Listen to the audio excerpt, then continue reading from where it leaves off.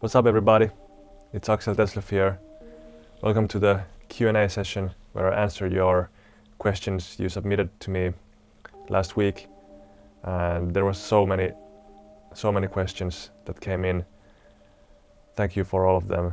They were really interesting and we couldn't include all of them into this video, but we tried to consolidate all the similar ones so I can actually cover as much ground as I can in this video. So let's jump into it.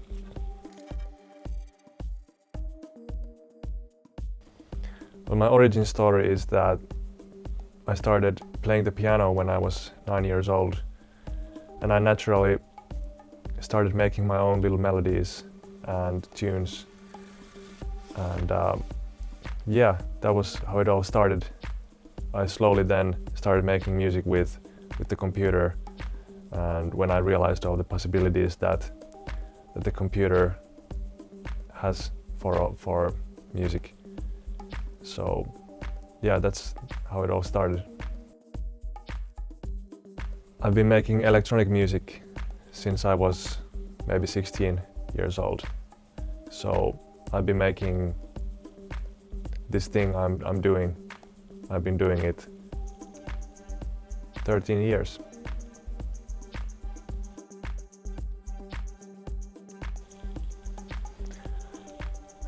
Well, it was in my teens when I really used all my time making music, playing music, studying music. You know, I started studying musicology at the University of Helsinki. So that was at the latest, you know, when I realized that music is my future and the thing I want to do in one form or another. Well, the motivation for making music really comes from the inside. So I just always loved creating, and especially creating music. So that was my motivation. It was just to create and express myself. And what kept me consistent was just the desire to do it.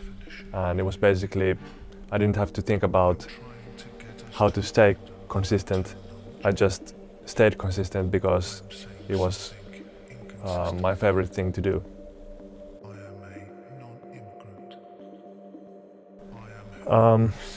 Well, it's a little bit of both, because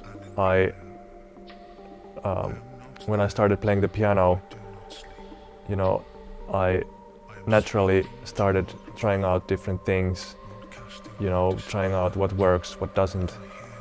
But also at the same time I was going to, you know, piano class, and there they taught me, you know, the basics of music theory.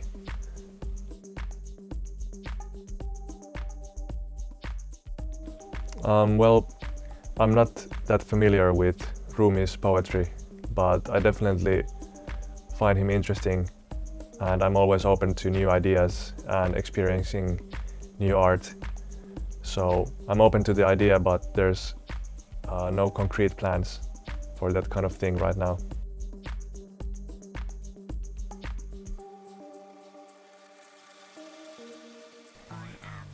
Well, I was very inspired by the poem and the emotions and the vibes that it gave me. So I just basically started making music that I felt was in line with the words in the poem. And you know, when you combine spoken word with music, it sounds like the music is talking about the poem and the poem is talking about the music. So that was like the process, basically just trying out different things on top of the poem and see what works, what doesn't. Well, what inspires me to create is the creative process itself. So it's very inspiring to be able to create and express yourself. So it's intrinsically inspiring to me. Well, there's no one music style that inspires me, but there are lots of different styles, like, you know, from classical music to jazz music to rock music, alternative, electronic, every kind of you know, music that has some kind of a unique aspect to it is inspiring to me.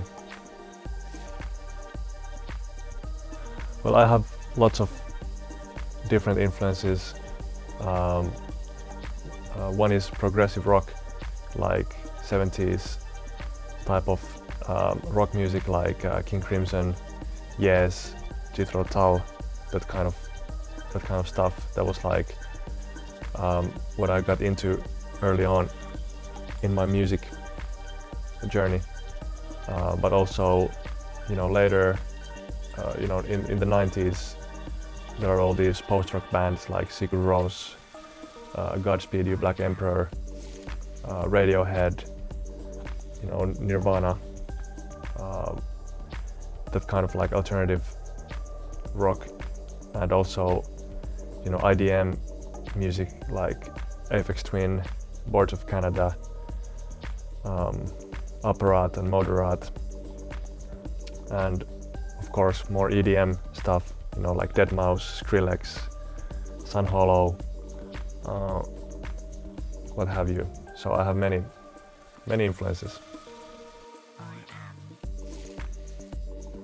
Well, there wasn't any kind of one thing that inspired me to create that particular song.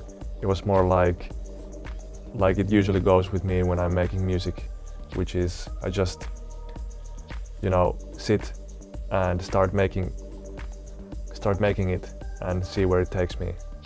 And it just represents, the music that comes out represents my state of mind at that particular point in time. Well, I would say melodic bass, but that's not really a genre. But if there's one thing that usually in all of my songs, there's some kind of melody, and there's usually a lot of bass. So melodic bass is probably the most accurate. Well, I'm not thinking about genres actually that much when I'm making the track. It's more, you know, later when the track is finished, then it might be relevant to, you know, categorize it in some way. But when I'm making it, I'm not really thinking about genres.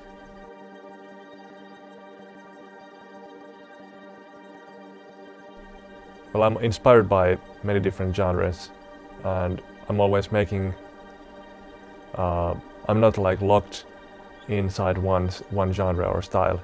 So I'm always taking influences from many places and then, you know, integrating them in my art. But it all happens like in a subconscious level.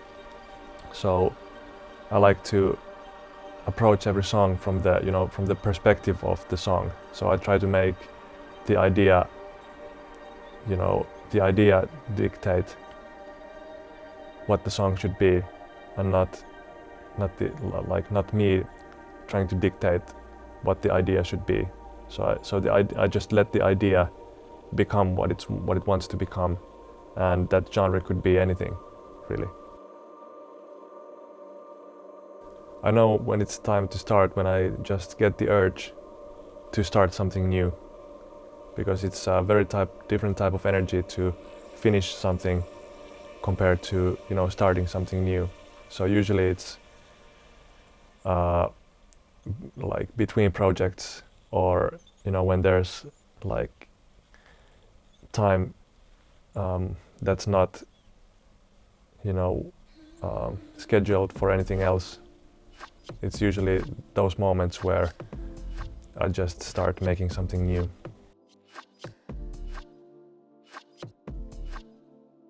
I would collaborate with Petit Biscuit I like his music a lot, and yeah, I don't know if he knows me, but I would sure be down for a collab.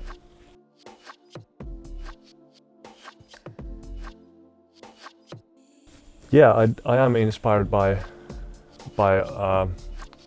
every new culture, music culture I come across, and yeah, I haven't made any specifically African or Latin American beats in the past, but I might in the future.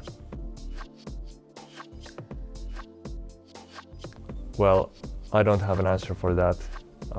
It's like picking your favorite child, you know, you can't really do that.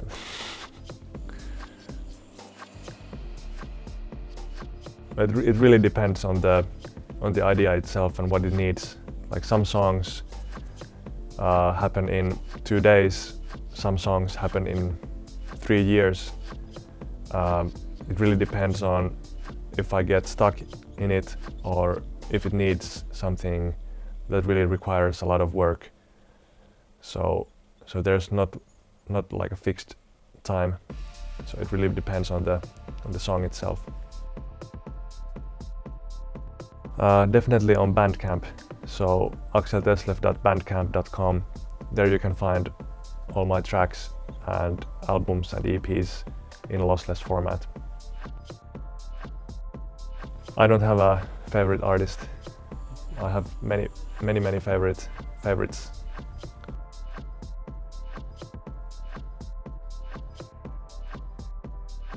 Well, usually I just I go with the ones that sound good to my ear and that generate ideas in my head.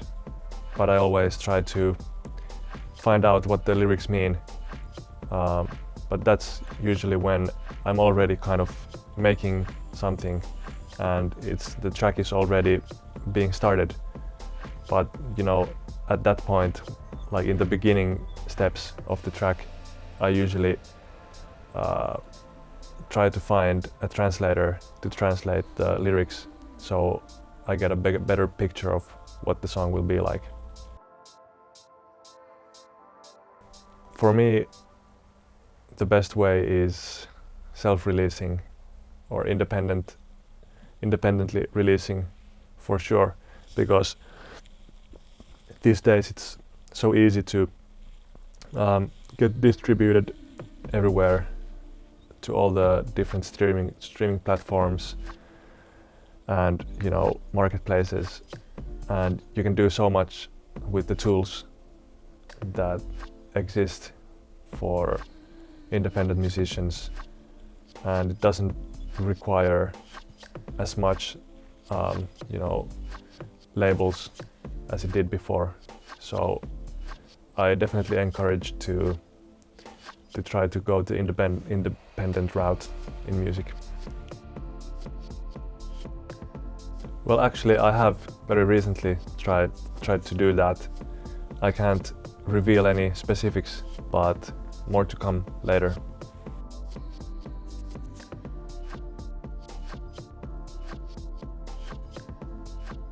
Well, I don't really seek for inspiration from any ideological camp or anything like that, except maybe like just, you know, dropping all the thoughts and just experiencing the reality in its purest form and letting the inspiration emerge itself, you know, from the quietness of the mind.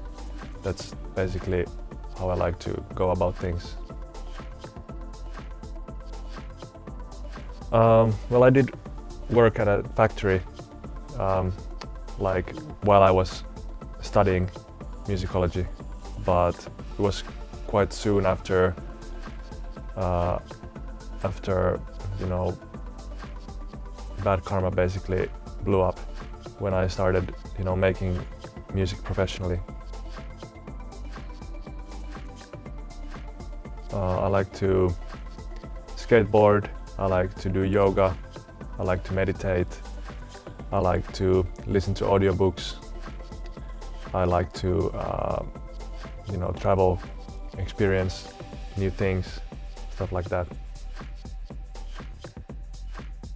Well, of course, it affected the touring aspect and any shows that were gonna happen, but my day-to-day is usually in the studio anyways. So at first it didn't feel like it was affecting my kind of day-to-day in any way, but of course, you know, the whole situation in the music industry and in the world in general, you know, is kind of affecting the whole, you know, my whole state of mind. Well, my plan right now is just make more music and make more, you know, content and just, you know, see what happens with the COVID situation, and hopefully I will get back on the road again and start playing live shows. Well, I'm not very I'm not famous at all in Finland. It's you know, in Finland people like to listen to music that's sang in Finnish, so my kind of music is not really popular in my home country, which is actually like nice, because I can just be like a normal person here. All you really need to make music is, you know, you could make music just with your mouth and, you know, clapping your hands, or, you know, all you need is like an instrument that you could play. But if you want to produce music, like records and stuff like that, you need a computer and a microphone. Or if you're making electronic music, maybe you don't even need a microphone.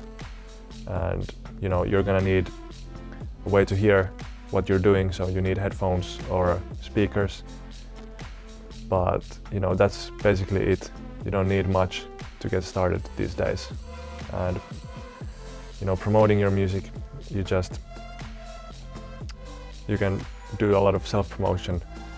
So just what I did when I started out was, you know, just be helpful to others, like leave comments to other people's work, but don't do it in a way where you just want to extract attention for yourself, but try to be valuable for others and leave constructive, you know, feedback and stuff like that. So, and tell others, you know, what you really liked about their work, and, you know, that kind of stuff gets you, you know, acquainted with other musicians, and you slowly start to establish yourself in your particular scene. And that's like one way to start out.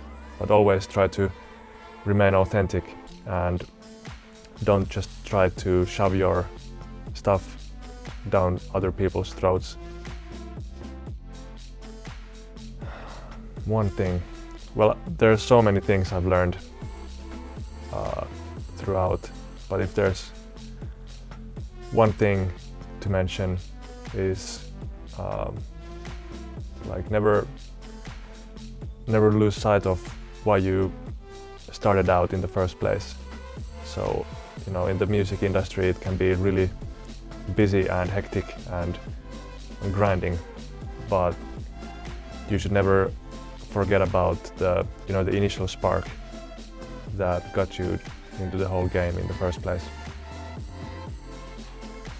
Well, I don't have really an idol, but I used to maybe have an idol when I was, you know, really practicing the keyboards, and that's Jordan Rudess from Dream Theater. That was like a huge influence for me, but, you know, nowadays my style is very different, so that was kind of like my teenage idol, maybe, if you could call it that. No, I don't. This is what I do. it is my real name. I am 29 years old. Some kind of fish.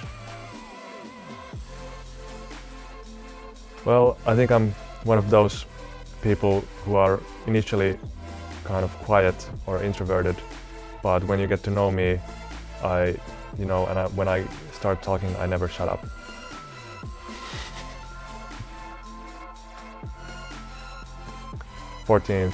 November 14th.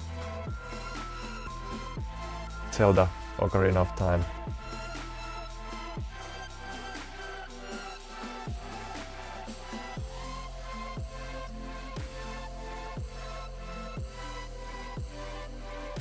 If you think about all the archaeological findings that we have had, from dinosaurs, to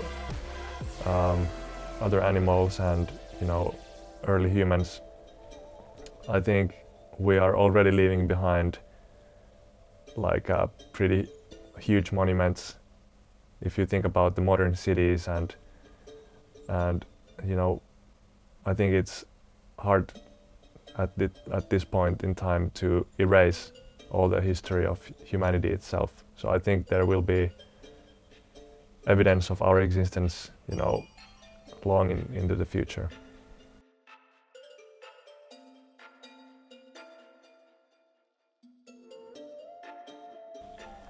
Well, it really depends on the song and the idea. Sometimes the song starts with a melody, and then I come up with the harmony later, or the drums. Sometimes the song starts with just a beat, and then I start making chords to go with it, or a melody. And sometimes I come up with both of them at the same time. But usually I play the piano. At some point I sketch out the ideas while I'm playing, because that's like the fastest way of trying out different things and what works. Well, I would say Ableton Live is a really good program. Like you should just pick one program and then learn that program, because you don't want to start switching programs in the middle of your learning curve. So I would just pick one. My personal software that I use is Ableton Live, and I found it very easy to learn when I first started learning it. So I would recommend checking that out.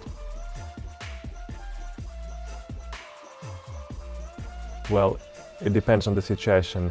Maybe the frequencies are useful to look at certain situations, like for example if you want to check if your signal has any low end rumble, like subharmonic rumbling noise basically that you want to filter out. Usually that's useful to check with a frequency analyzer, because your headphones or speakers don't necessarily reproduce those kinds of low frequencies. But usually what feels or what sounds right in the ear is what you should go with. The piano or the keyboards are my favorite, because that's what I know the best. So it's fun to play something that you really know how to play. I would call it progressive. I would call it trance, but not in a like the genre trance, but in a way where the music kind of puts you in a trance. That's certainly what I try to achieve often. I would call it melodic. I would call it bass heavy.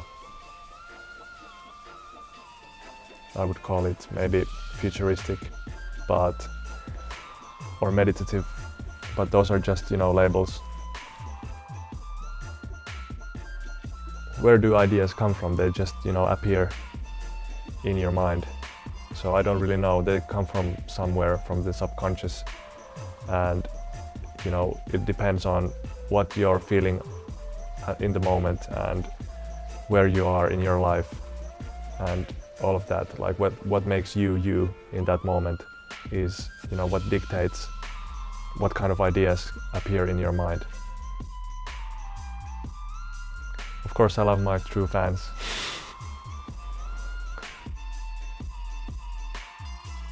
I don't think Attack on Titan used Bad Karma. I think Attack on Titan, I'm not sure, I haven't really watched that series, but I think that they just happened to use the same sample as I did in Bad Karma.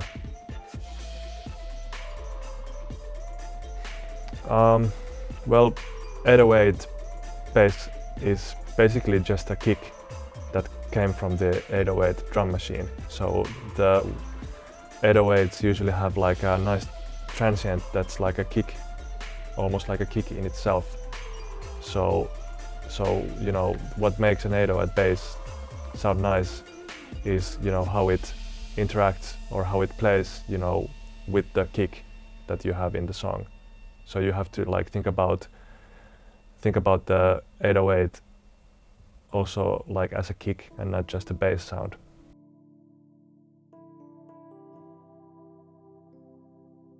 I don't really think about chords or you know, tones in terms of colors, but I definitely agree that you know, different chords have different, like one major chord, for example, compared to another major chord. They're both major chords, but they still sound different. And for me, it's like mostly about, you know, all the different inversions that you can make, and just like how tight those inversions might end up sounding, like depending on like how high up in the frequency spectrum those notes are happening, like if that makes any sense. Well, sometimes it's really easy when the ideas just come to you. Sometimes you have to think harder to get any good ideas. So it really depends on the day and your creative state of mind. But you know, sometimes it's also just good to you know, just sit in front of your craft and just start making it, and the inspiration will come, and not just, you know, wait around for the inspiration to come and before you start making. Well, usually I sit in front of the keyboards and I just try out different chords, and basic music theory usually gives you like a safe option what to do, but you know, of course you can always try different things and just like trial and error basically.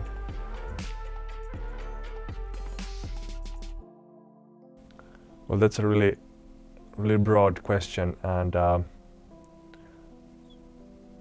well, one of the most important things is not to have any clashing frequencies. So make sure your kick is not clashing with the bass, or your vocals are not clashing with the different melodic sounds. You know, and the chords are not clashing with the riffs, and you know, wherever you have frequencies that are happening, or like instruments that are happening in the same frequencies, there's this masking effect that happens. So you kind of have to know when to or where to put all the sounds frequency-wise, so you don't have the masking effect blurring out the sound. But sometimes you want the sound to blend, and you know, those during like when you have that situation, you kind of want the sounds to mask each other.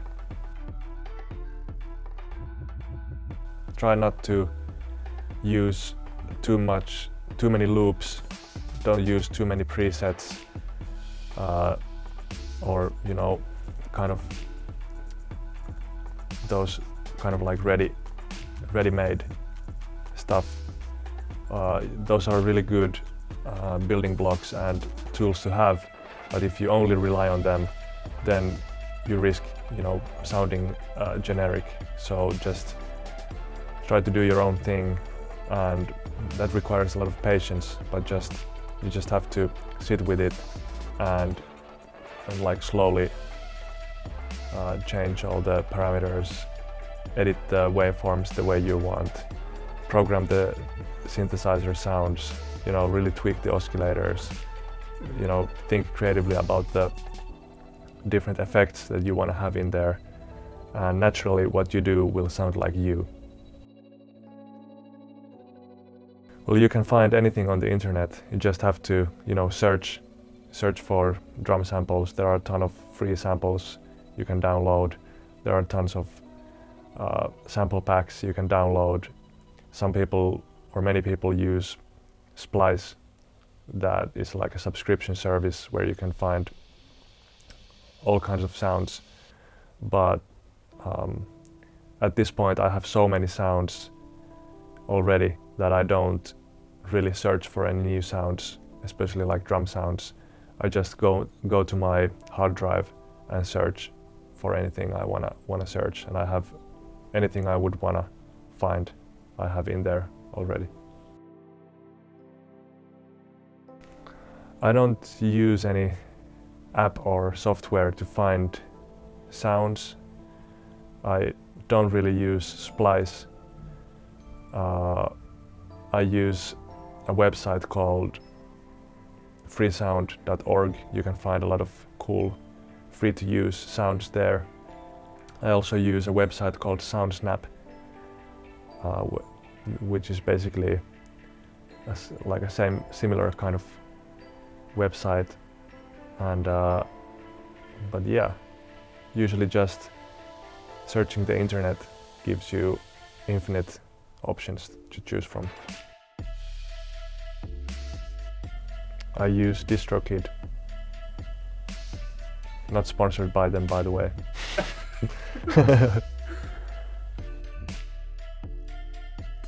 Well, right now there are really no upcoming shows planned because of the pandemic, but I'm definitely looking into it and trying to make that happen. Well, I just really like the color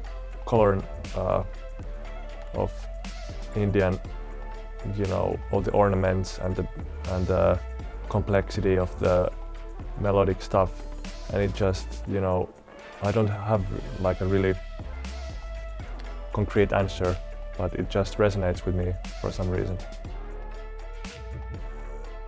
I'm definitely not an expert about, Hindu culture or India in general. I have only been to India once. For me it's just, I really like the Indian vibes. That's basically that's it. I'm not a practitioner of Hinduism, and I don't necessarily believe in any. I remain agnostic about religious stuff, but I definitely think that, as a general rule, karma is a pretty good one, and also like any kind of golden rule type of rule that encourages people to do good is a good belief to have. Whether it's true or not, it doesn't really matter. It's a good, a good principle to follow in your life.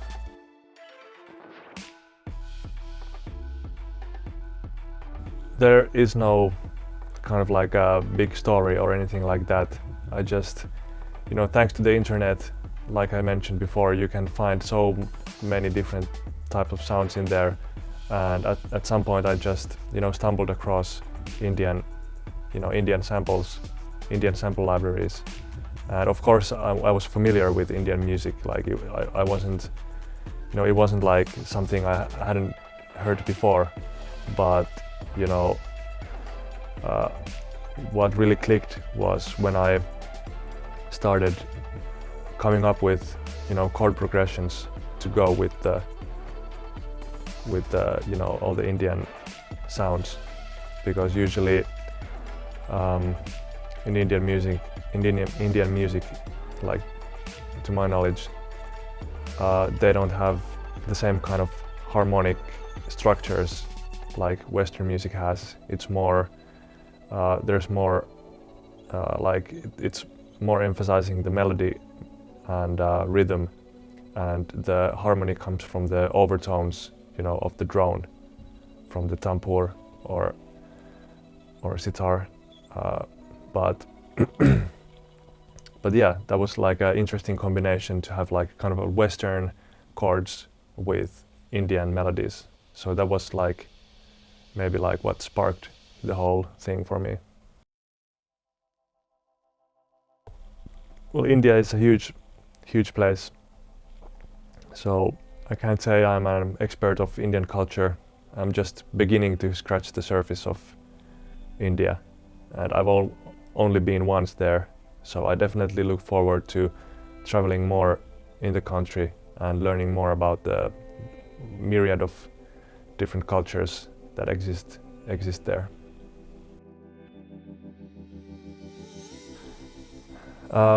Right now I don't have any plans for a show in Brazil, but I have never been to Brazil, so it's definitely something that would be really cool, but you know, there are no plans at the moment. Well, for sure it would be nice to visit Serbia. That's one place I've never been to either, so it would be nice to start touring again, but there are, you know, because of the whole situation we are in right now, there are not many plans as for, you know, upcoming shows. I definitely like Closey and her music, and you know, it would be nice to do something with her again. We did a tour in the US in 2019 together, but we haven't planned anything.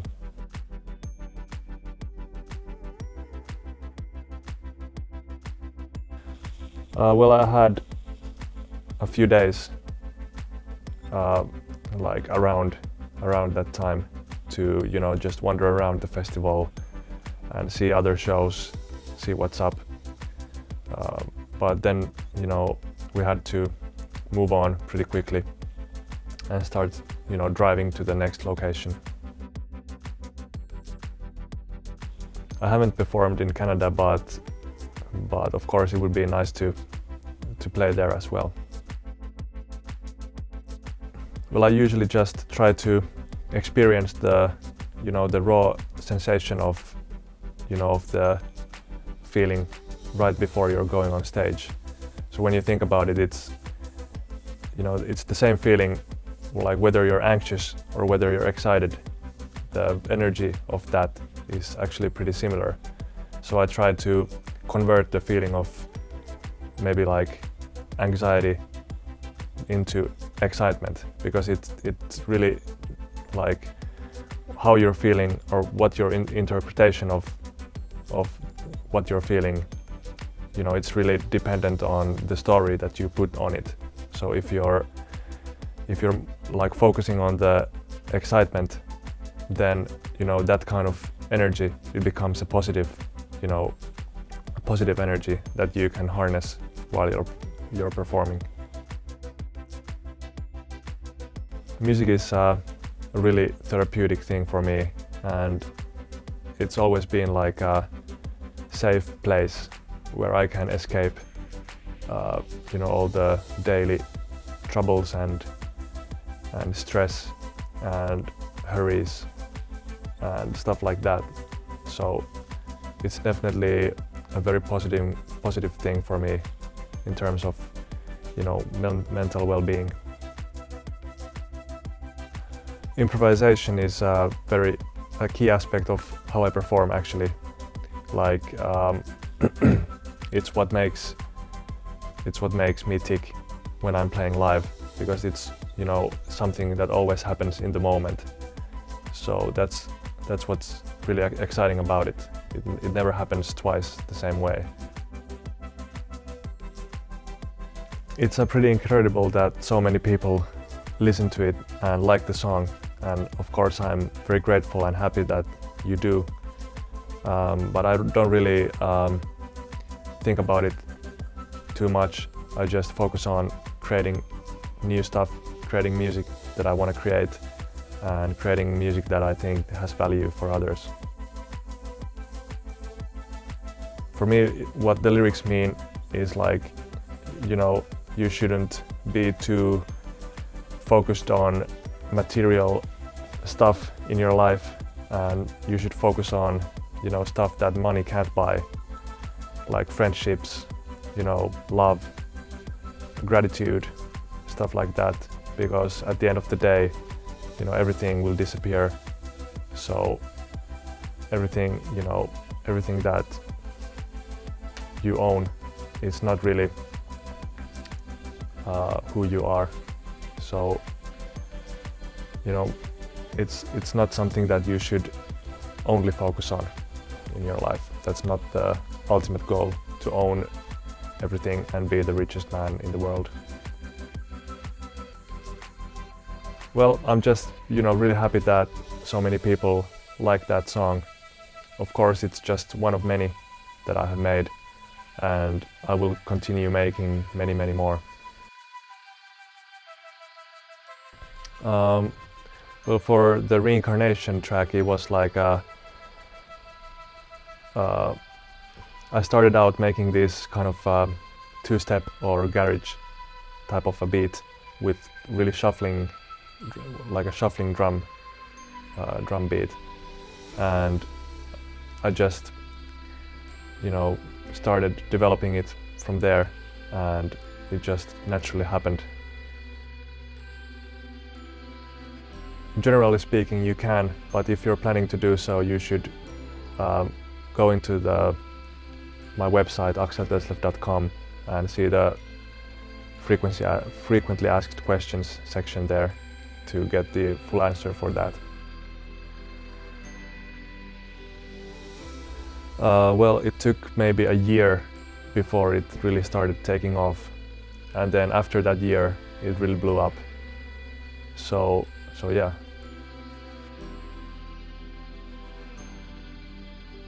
It was actually pretty surprising to me that nothing really happened, like at least after the first couple of millions, it was just like a number on the screen. But then slowly, you know, different type of people from the industry started messaging me and you know, asking for all kinds of things, and yeah, that's how it went. No, I didn't have to learn a new language, but I had to find out the translation of the lyrics, so I understood what I was making. Yeah, actually my next song is coming out next month, and it's called Darshan, and it sounds like this.